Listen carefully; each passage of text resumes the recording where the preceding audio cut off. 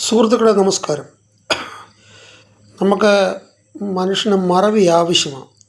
പക്ഷേ എല്ലാ കാര്യവും നമുക്ക് മറന്നിട്ട് കാര്യമില്ല.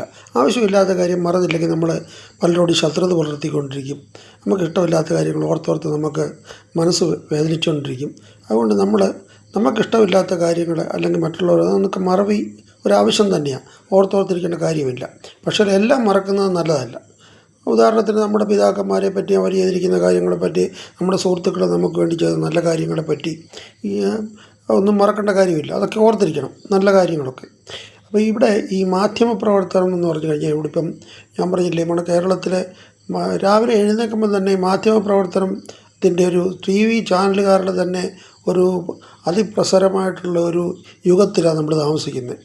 ഏതാണ്ട് 3 കോടിയോ മറ്റോ ജനങ്ങളുള്ളിടത്ത് ഈ ഏതാണ്ട് 34-35 ചാനലുകളുണ്ട്. അവർ പറയുന്നതൊക്കെ നമ്മൾ വിശ്വസിക്കാതിരിക്കുകയൊക്കെ ചെയ്യും. അപ്പോൾ ഇപ്പം പ്രധാനപ്പെട്ട കാര്യങ്ങളെല്ലാം അവർ പുറകിലോട്ടാക്കും. അയ്യപ്പൻ്റെ സ്വർണം കെട്ടതായിരുന്നു, അത് കഴിഞ്ഞിട്ട് VMC പദ്ധതിയായി, രാഷ്ട്രപതി. അപ്പം ഞാൻ പറയാൻ ഉദ്ദേശിക്കുന്ന എളുപ്പമെന്ന് പറയുന്നത്, നമ്മുടെ രാഷ്ട്രപതി വന്നിട്ട് പോയപ്പം കോട്ടയത്ത് പാലായിലെ ഒരു സമ്മേളനം നടന്നു കഴിഞ്ഞിട്ട് ബഹുമാനപ്പെട്ട രാഷ്ട്രപതിയുടെ വാഹന വ്യൂഹത്തിൻ്റെ അടുത്തോട്ട് ഒരു 3 പേര് ഹെൽമെറ്റ് പോലും ഇല്ലാതെ അവരുടെ സുരക്ഷാ വീഴ്ചയ്ക്ക് കാരണമായിട്ട് സ്കൂട്ടറിൽ സഞ്ചരിക്കുന്നതൊക്കെ വീഡിയോ ഞാൻ കഴിഞ്ഞ 24 ഒക്ടോബറിൽ ഇട്ടായിരുന്നു. ഈ മാസം ആയില്ല, ഇതിപ്പം നവംബറായി ഇട്ടു. അത് കഴിഞ്ഞേ പിന്നെ അവരുടെ സ്കൂട്ടറിൻ്റെ നമ്പറൊക്കെ കൊടുത്തിട്ടുണ്ടായിരുന്നു. നമ്പർ വ്യാജമാണെന്നോ ഇല്ലയോ നമുക്കറിയത്തില്ല. പക്ഷേ അത് കഴിഞ്ഞിട്ട് ഇവരെ പിടിച്ചോ ഇല്ലയോ എന്നെങ്കിലും, അത് ചിലപ്പം ഞാൻ ശ്രദ്ധിക്കാത്തതുകൊണ്ടായിരിക്കും, പിടിച്ചു കാണുമായിരിക്കും.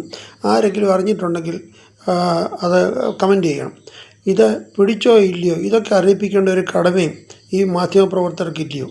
രാഷ്ട്രപതി വന്നിട്ട് സുരക്ഷാ വീഴ്ച ഉണ്ടായി, അവരെ പിടിക്കാൻ ഇത്രയും ദിവസമായിട്ട് പിടിച്ചില്ലെങ്കിൽ അതൊരു വീഴ്ച തന്നെയാണ്.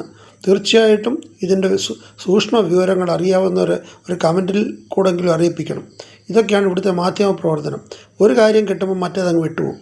നമ്മുടെ പ്രഥമ പൗരയ്ക്ക് ഉണ്ടായ ഒരു സുരക്ഷയുടെ വീഴ്ചയിൽ സംഭവിച്ച പാളിച്ചയിൽ അകപ്പെട്ട 3 പേരെ പിടിക്കാൻ കഴിഞ്ഞില്ലെങ്കിൽ അതൊരു വലിയ നമ്മൾ നാണംകേടം തന്നെയെന്ന് പറയാം. ജയ് ഹിന്ദ്. ഓക്കെ.